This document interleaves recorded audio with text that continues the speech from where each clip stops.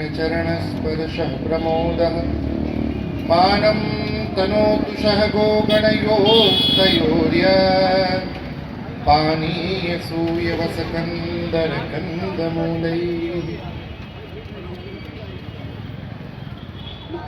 आचार्य चरण के इस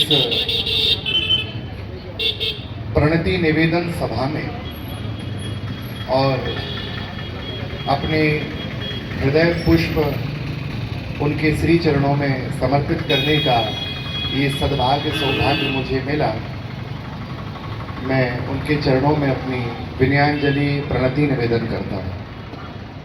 हमारे यहाँ शास्त्रों में आचार्य में और परमात्मा में कोई भेद नहीं है। पुराणों में आया है, आचार्य माम विजानीयात नाम मन्येत करचित। भगवान स्वयं आज्ञा करते हैं कि मुझ में और आचार्य में रत्ती भर भी भेद नहीं है। आचार्य की वाणी मानो मेरी ही वाणी है, आचार्य की आज्ञा मानो मेरी ही आज्ञा है। प्रत्यक्ष रूप से 2 बार मुझे आप श्री के श्री चरणों की सन्निधि मिली। एक बार जब देवेंद्र नगर रायपुर में मेरी कथा चल रही थी, उस काल में आप प्रवास में रायपुर निवास कर रहे थे, तो मैंने आपके श्री चरणों में जाके आपका आशीष लिया, उस समय प्रणति निवेदन किया। और एक बार जब ठाणे महाराष्ट्र में मेरी कथा थी, तब मैंने आपके श्री चरणों की सन्निधि पाई। निश्चित आपका सानिध्य हृदय के उत्कर्ष को, हृदय के आनंद को बढ़ाने वाला था। जितने क्षण भी आपके श्रीमुख का दर्शन होता था, उतने क्षण लगता था जैसे कोई परम कृपा परम करुणा से भरा हुआ व्यक्तित्व, और जिसके हृदय में केवल कल्याण और परोपकार की ही भावना हो, ऐसा व्यक्तित्व।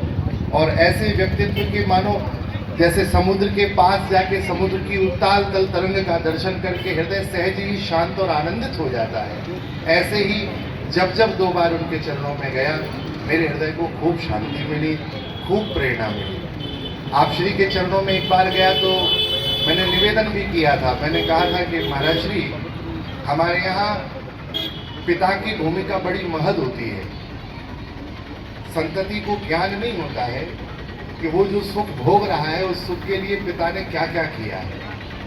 तो जैसे एक पुत्र के लिए पिता की भूमिका होती है, वैसे ही किसी भी संप्रदाय में, किसी भी धर्म में, किसी भी परंपरा में गुरु की भूमिका होती है।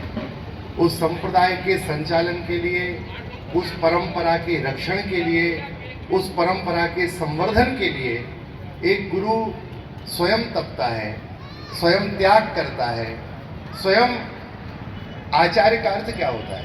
हम लोग आचार्य रूप में प्रतिष्ठित करते हैं, तो कभी आपने विचार किया आचार्य शब्द का अर्थ क्या है? आचार्य का अर्थ ही है जो आचरण कर कर सिखाए, उसे आचार्य कहते हैं। केवल वाणी का विषय ना हो। हम लोगों का ज्ञान वाणी में है। आजकल तो व्हाट्सएप यूनिवर्सिटी अलग एक चल पड़ी है। कुछ लोगों का ज्ञान मोबाइल में होता है, कुछ का व्यवहार में नहीं होता है। वाणी का बहुत ज्ञान है। भारतवर्ष में ज्ञान फ्री में मिलता है। आप खड़े हो जाइए, नहीं पूछेंगे तो भी 4 आदमी दे के चले जाएंगे, है ना? लेकिन ये जो ज्ञान है, ये केवल यहाँ तक सीमित नहीं है कि आप अपना वाणी में उस ज्ञान को रखो। आप श्री जैसे महापुरुष युगों में अवतरित होते हैं। युगों में कोई एक ऐसा आता है जो अपने आचरण से सिखा के जाता है कि धर्म क्या है, क्षमा क्या है, करुणा क्या है, दया क्या है। ये अपने आचरण से सिखाते हैं महापुरुष जन।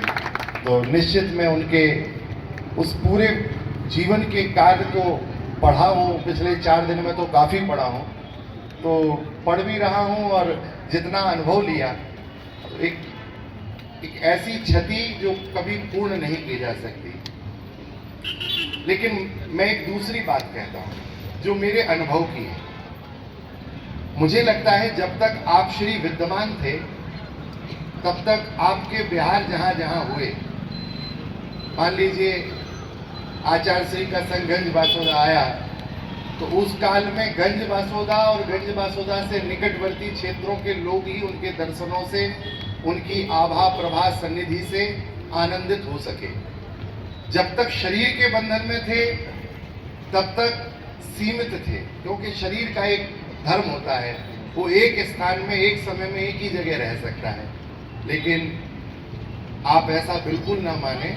मुझे लगता है अब शरीर से आचार्य चरण व्यापक हो गए हैं, विभू रूप हो गए हैं। जैसे एक सूर्य America, England, Holland, Poland, Bharat सबको प्रकाशित कर रहा है, जैसे वायु आप पूरे विश्व में जाइए सब जगह आनंदित कर रही है, सब जगह जीवन दे रही है, ऐसे ही आप श्री अब संपूर्ण जगत में आप जहां उनका अनुभव करेंगे, जिस देवालय में बैठ के, जिस जिनालय में बैठ के, जिस मंदिर में बैठ के, जिस घर में बैठ के आप आचार्य चरण का स्मरण करेंगे, आपकी प्रभा, आपका प्रकाश आपके हृदय को उसी समय किसी भी माध्यम से आए, चाहे बच्चा आपको कुछ कह के चला जाए, चाहे पुस्तक में पढ़ने मिल जाए, लेकिन आपकी प्रेरणा से आपकी समस्या का समाधान होगा। गुरु तत्व कभी नष्ट नहीं होता है, गुरु तत्व किसी भी काल में नष्ट नहीं होता है। तो ये ऐसा पद है जो कभी च्युत नहीं होता है।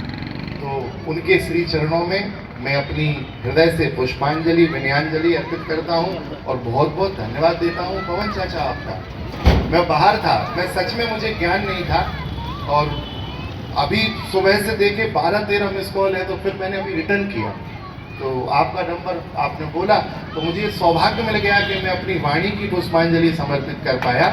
इसके लिए आप सभी का धन्यवाद। हमारी ताई जी बैठी हैं, नगर के सभी वरिष्ठ बैठे, सबको हृदय से राम राम प्रणाम। ये है